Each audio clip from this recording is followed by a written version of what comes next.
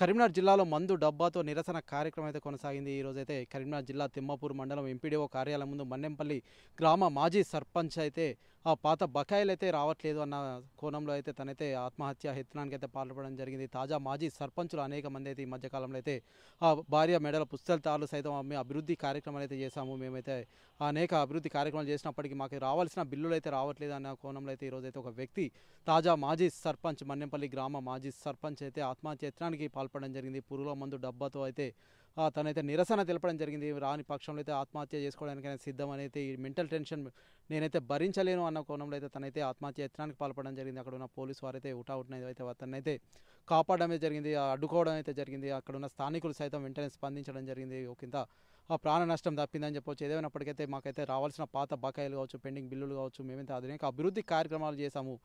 మేము చేసిన అభివృద్ధి కార్యక్రమాల వల్లే కేంద్ర రాష్ట్ర ప్రభుత్వాల నుంచి అయితే తిమ్మాపూర్కి అయితే అత్యుత్తమ అవార్డులు అయితే రావడం జరిగింది. మమ్మల్ని అయితే చులకన చేస్తున్నారు, మాకు రావాల్సిన బిల్లులు అయితే ఇవ్వట్లేదు, మేము అనేక ఇబ్బందులు అయితే ఎదుర్కొంటున్నాము. భార్య మెడల పుస్తకాలు సైతం అమ్ముకొని అయితే మేమైతే అభివృద్ధి దిశగా అయితే అడుగులు అయితే వేసాము, పరుగులు పెట్టించాము. మమ్మల్ని అయితే ఇప్పుడు అడిగితే బిల్లులు అయితే ఇవ్వట్లేదు, మమ్మల్ని ఇబ్బందులకు గురి చేస్తున్నారు కాంగ్రెస్ ప్రభుత్వం వచ్చాకని చెప్పేసి అయితే కొంతమంది తాజా మాజీ సర్పంచులు అయితే నిరసన కార్యక్రమం చేస్తున్నారు. పురుగు మందు డబ్బాలతో కావచ్చు, అంతేకాకుండా ఇతరత్ర అయితే కొన్ని సందర్భాల్లో చేసిన పరిస్థితులు సైతం మనం చూసాము. ఇప్పుడైతే ఈ ఘటన వల్ల ప్రస్తుతం అయితే గ్రామ మాజీ సర్పంచ్ చేయడం వల్ల అయితే ఆ గ్రామం ఉలిక్కిపడ్డ పరిస్థితి అయితే నెలకొంది.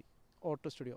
కేంద్ర రాష్ట్ర ప్రభుత్వాలు సర్పంచ్లు అవార్డు తీసుకోవడం జరిగింది. తిమ్మాపూర్ మండలంలో అవార్డులు రానికి కారణం సర్పంచులు భార్య పిల్లల మీద బంగారం కుదబెట్టి గ్రామాలు అభివృద్ధి చేస్తే అవార్డులు వచ్చినాయి తప్ప సర్పంచ్ల బిల్లులు ఇప్పటి వరకు రాలే.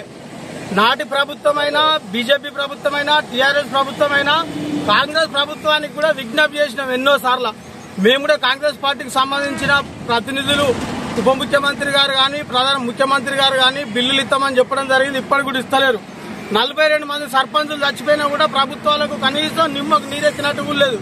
రాను సర్పంచులు అందరూ వచ్చే పరిస్థితులు ఉన్నారు. మరిన్ని వీడియోస్ కోసం ఛానల్ ని సబ్స్క్రైబ్ చేయండి. లేటెస్ట్ అప్డేట్స్ కోసం వాట్సాప్ ఛానల్ ని ఫాలో చేయండి. అండ్ లింక్ డిస్క్రిప్షన్ లో ఉంది.